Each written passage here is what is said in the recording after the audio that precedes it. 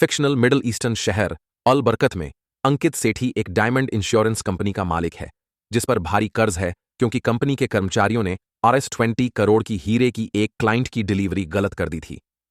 एक फ्लाइट में उसकी मुलाकात नेहा ग्रोवर नाम की एक फ्लाइट अटेंडेंट से होती है और वह पहली नजर में ही उससे आकर्षित हो जाता है। कुछ समय बाद वे दोनों एक डेट पर जाते हैं और नेहा को भी अंकित पसंद आने लगता है। वे एक रिश्ते में बंध जाते हैं और कुछ समय बाद नेहा उसे बताती है कि वह गर्भवती है।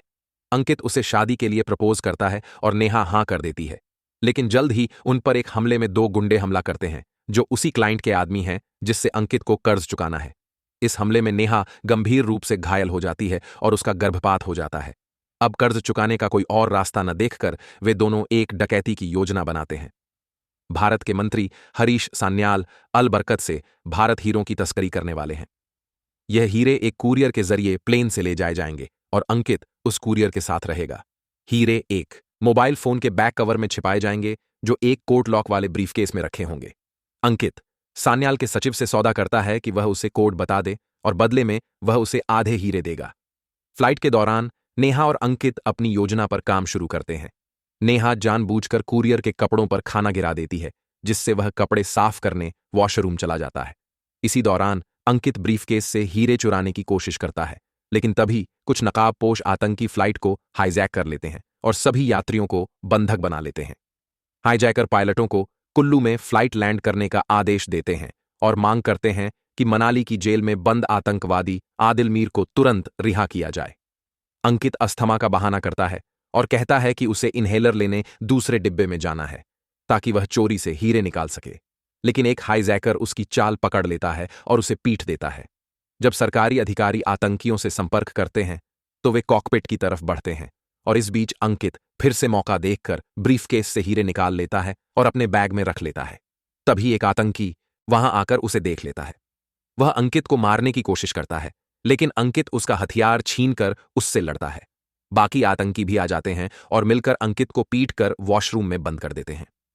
तभी एक आदमी जिसका नाम सुधांशु रॉय है और जो खुद को फ्लाइट मार्शल बताता है, जमीन पर गिरे पिस्टल को उठाकर सभी आतंकियों को गोली मार देता है और उन्हें मार गिराने का दावा करता है। सभी यात्रियों को सुरक्षित विमान से बाहर निकाल लिया जाता है, लेकिन जल्द ही खुलासा होता है कि आतंकियों ने अंकित के शरीर पर बम बांध रखा था। बम स्क्वाड आता है, लेकिन जांच में पता चलता है कि बम नकली था। इसके अलावा आतंकियों की लाशें फ्लाइट से गायब पाई जाती हैं और सुधांशु भी लापता है। असली फ्लाइट मार्शल भानु यादव होता है, जो पूरी फ्लाइट के दौरान बेहोश था। रॉ अधिकारी परवेज शेख अपनी टीम के साथ जांच शुरू करता है और सभी यात्रियों से पूछताछ करता है। भानु बताता है कि उसे फ्लाइट में संतरे का जूस दिया गया था और उसके बाद ही वह बेहोश हो गया था। इस बीच अंकित को पता चलता है कि उसने जो हीरे चुराए थे वे नकली थे। यह भी खुलासा होता है कि अंकित ने नेहा से सिर्फ इस वजह से प्यार जताया था ताकि वह उससे मदद ले सके फ्लाइट में डकैती करने के लिए। नेहा को यह सच्चाई पहले ही हमले के बाद पता चल जाती है, जब उसने गुंडों और अंकित की बातचीत सुन ली थी। इसके बाद नेहा ने अपने पुराने साथी सुधांशु से संपर्क किया और दोनों ने मिलकर एक नकली हाईजैक की योजना बनाई ताकि वे असली हीरे चुरा सकें और अंकित से बदला ले सकें। सुधांशु, जिनू, निक्की और अब्बास जैसे लोग यात्री बनकर फ्लाइट में चढ़ते हैं, फिर मास्क पहनकर आतंकी बनते हैं। गफ्फार नाम का व्यक्ति उनके लिए नकली बंदूकें बनाता है। नेहा ही भानु के जूस में नशीला पदार्थ मिलाती है, जिससे वह बेहोश हो जाता है। सुधांशु फ्लाइट मार्शल बनकर हीरों को नकली हीरों से बदल देता है, ब्लैंक बुलेट से आतंकियों को मारने का नाटक करता है और फिर भाग जाता है। आतंकी अपने मास्क हटाकर यात्रियों में घुल मिल जाते हैं। नेहा एक गुमनाम कॉल कर सान्याल को धमकी देती है कि यदि उन्होंने जांच नहीं रुकवाई तो वह मीडिया को हीरा तस्करी की सच्चाई बता देगी। सान्याल परवेज को केस बंद करने का आदेश देता है और मीडिया के सामने यह बताया जाता है कि हाईजैकिंग असली थी और भानु को हीरो घोषित कर दिया जाता है।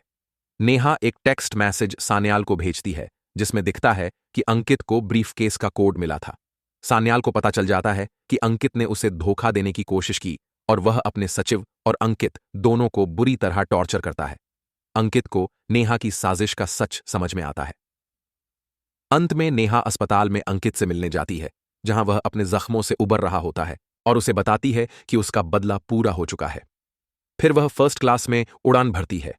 कुछ समय बाद नेहा को अंकित का फोन आता है, जो अब ठीक हो रहा है, और वह इशारा करता है कि अब वह उससे बदला लेने की तैयारी में है।